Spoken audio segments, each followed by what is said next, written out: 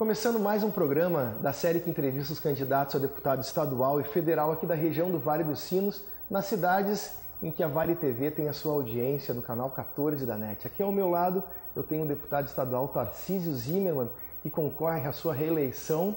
Muito obrigado, Tarcísio. Tu sabe que a Vale TV é um espaço democrático, tem sempre esse espaço aberto para ouvir a comunidade e todos que vêm aqui. Muito obrigado por estar aqui e poder nos dar a oportunidade de te ouvir hoje. E, na verdade, quem deve agradecer sou eu, né? Tenho essa oportunidade de dialogar com os telespectadores, a quem eu quero saudar. Quero te saudar também, Tobias, saudar a equipe da Vale TV, desejar longa vida à Vale TV, porque nesses tempos de monopólios nós precisamos de mais vozes, de mais imagens, de mais pluralidade nesse esforço de construir a democracia no nosso país. Então, parabéns aí pela iniciativa dessa série. Tarcísio, o que te moveu a entrar na política? Qual foi o bichinho que mordeu ali e te trouxe para a vida pública? Olha, tu sabe que eu estou com 65 anos. Quando a gente chega nessa idade, acima dos 60 anos, ao menos assim ocorre comigo, a gente começa a olhar retrospectivamente a vida da gente e perguntar o que aconteceu. O que aconteceu de extraordinário na tua vida que te fez ser o que tu é? Porque eu sou um guri nascido lá no interior de Santo Cristo, no meio da lavoura, sou o 11º de 13 filhos do seu Eugênio e da dona Agnes, pequenos agricultores.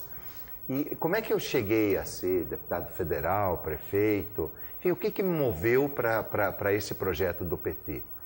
E eu pensei muito sobre isso, viu, Tobias? Pensei muito e eu concluí que, na verdade, a semente original, aquilo que fez o gatilho, foi uma pergunta que, no tempo que eu era da juventude da Igreja Católica, dos grupos de jovens, um senhor nos fez. Eu morava em Catuípe naquela época. Catuípe é uma cidade que fica na fronteira entre a pequena agricultura e já o latifúndio. E ele nos perguntava o seguinte: como é possível que num país com tanta terra tenha tantas famílias que não têm um cantinho de terra para fazer sua casa?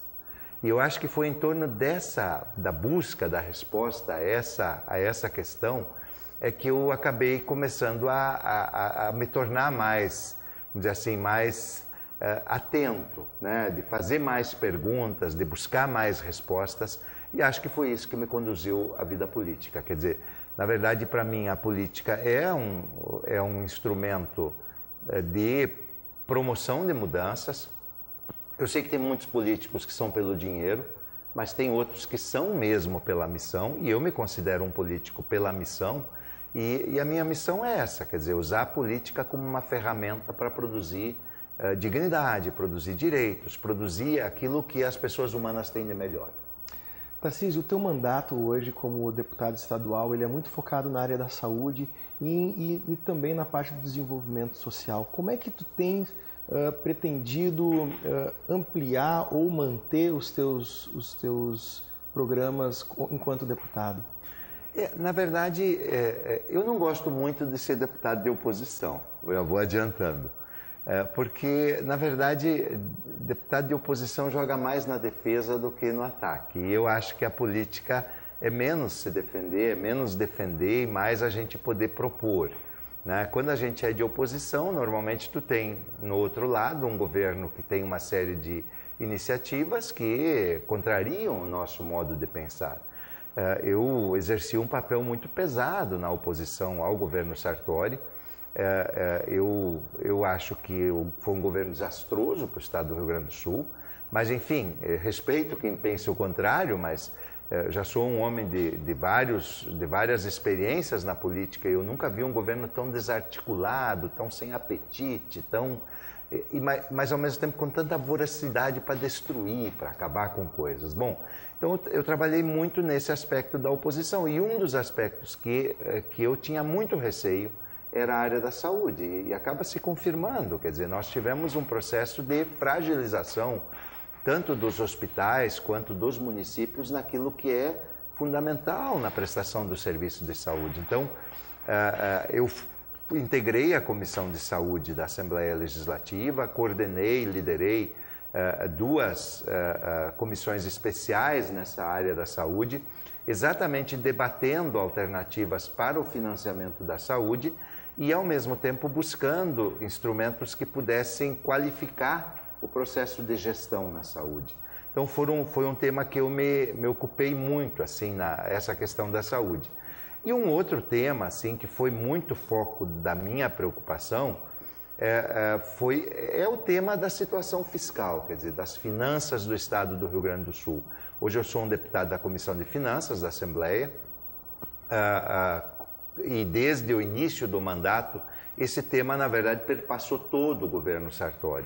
E eu dei muita atenção a isso, buscando, vamos dizer assim, construir alternativas que não fossem as alternativas de acabar com coisas, né? Que não fossem as alternativas de parcelar salários, de não financiar a saúde, enfim, de desorganizar o sistema de ensino, como nós hoje vivemos uma situação de calamidade na escola pública do Rio Grande, de desorganizar a segurança pública, são 5.000 policiais menos, então foi um tema que eu trabalhei muito, primeiro, em torno de políticas de redução da sonegação fiscal. Hoje o Estado do Rio Grande do Sul sofre uma sonegação que chega a 8 bilhões de reais, impostos que a gente paga e que não são recolhidos aos cofres do Estado.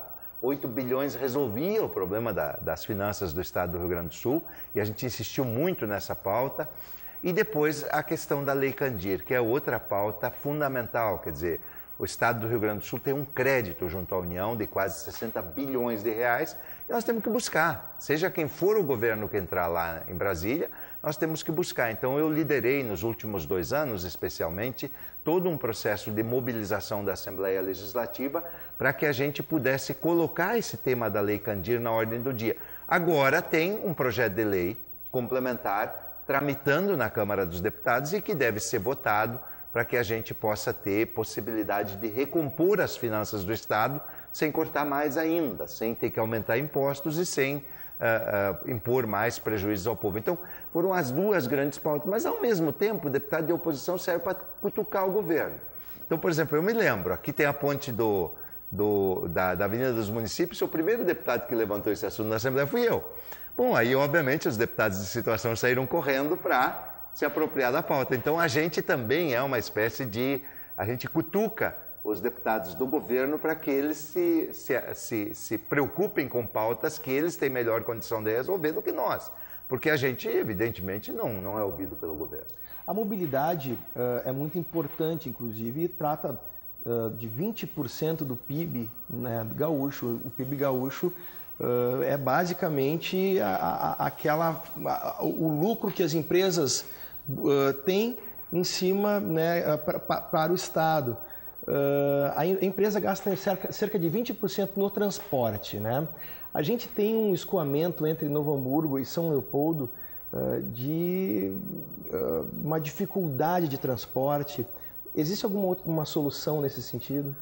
Na verdade, no tempo em que o Brasil acreditava que era possível, quando nós fizemos o trem aqui até Novo Hamburgo, quando nós fizemos a BR-448, nós discutimos com o governo federal um projeto para a BR-116, né, para a construção das vias laterais, que na verdade são o problema. Porque quando a gente chega, por exemplo, em São Leopoldo, vamos dizer assim, a trava que ocorre é quando nós acabamos não tendo mais as 4 pistas, né, as 2 laterais e a central, e quando, vamos dizer assim, tu tem um estreitamento. Nós tínhamos um projeto que evidentemente iniciava pelo alargamento da ponte do Rio dos Sinos. Ela precisa ser alargada, ela também precisa ter 4 pistas, né? Hoje 4 pistas de cada lado.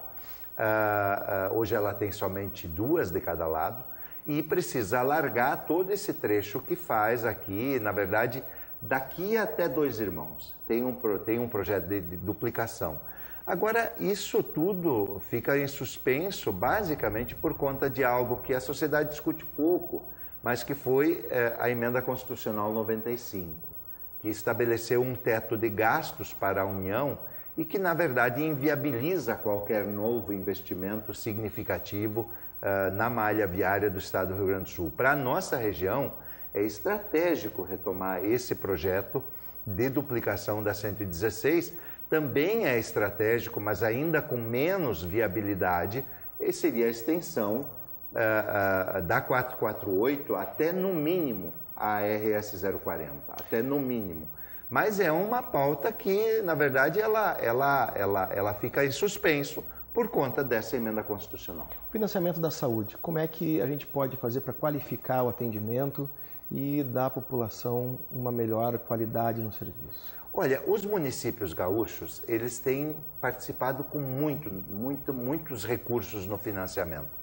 A Constituição estabelece que o município deva investir 15% do que arrecada e os municípios gaúchos, em média, investem 24%. Então, eles estão muito acima.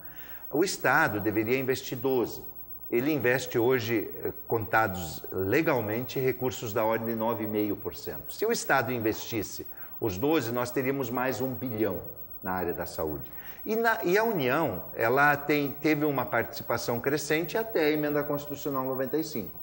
Aí começou a decrescer. Então, fundamentalmente, nós temos que buscar um financiamento maior por parte do Estado e da União. Os municípios não terão possibilidade de aumentar a sua participação na área da saúde, e essa é a nossa luta.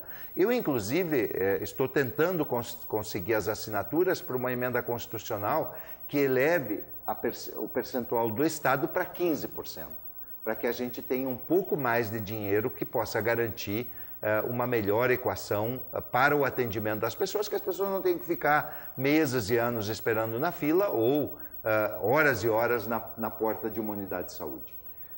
Com relação à receita, aos valores que o Estado recebe com tributos, tu és a favor da diminuição da carga tributária para que haja um maior investimento e se receba mais? A exemplo, enfim, de outros países que tiveram um aumento na receita e uma diminuição na carga tributária. Na verdade, o nosso problema principal no Brasil é que no Brasil quem paga imposto é o pobre. Na verdade, a gente paga imposto basicamente sobre o consumo. E no consumo, quando um rico compra 1 quilo de feijão e um pobre compra 1 quilo de feijão, paga o mesmo imposto. Quando um rico compra 1 litro de gasolina e um pobre compra 1 litro de gasolina, paga o mesmo imposto. Nós precisamos fazer uma reforma tributária no Brasil em que aqueles que têm mais paguem proporcionalmente mais também, e não quem tem menos pague mais, como é hoje. Então, eu acho que o fundamental não é uma excessiva carga tributária no Brasil, é a péssima distribuição dessa carga tributária que incide muito sobre as pessoas que ganham menos. E o problema das isenções, quer dizer, as grandes empresas desse país não pagam impostos, elas cobram de nós, a GM cobra de nós o imposto e não paga para o Estado. E aí é duro, né? Porque a gente paga o imposto, mas não recebe isso de volta em saúde, educação e segurança. Saúde pública é outro tema muito sensível. Segurança pública é um tema muito sensível que as pessoas se preocupam cada vez mais com as suas famílias e com a proteção das suas famílias.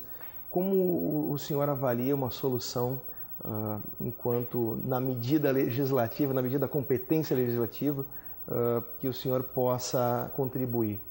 Na verdade, como deputado estadual, o que a gente pode pleitear é o aumento do efetivo. Não se faz segurança pública sem brigadianos, ainda que não baste ter polícia para ter segurança pública. Mas num estado que tem 5.000 policiais a menos, não tem como fazer segurança. Então, esse é o primeiro ponto. Tarcísio, quero agradecer muito a tua participação aqui no programa. As portas são sempre abertas para ti. E sejam sempre bem-vindos. Eu agradeço muito, um grande abraço aos telespectadores da TV, da Vale TV, antiga TV NH. TV NH. E um obrigado a ti também.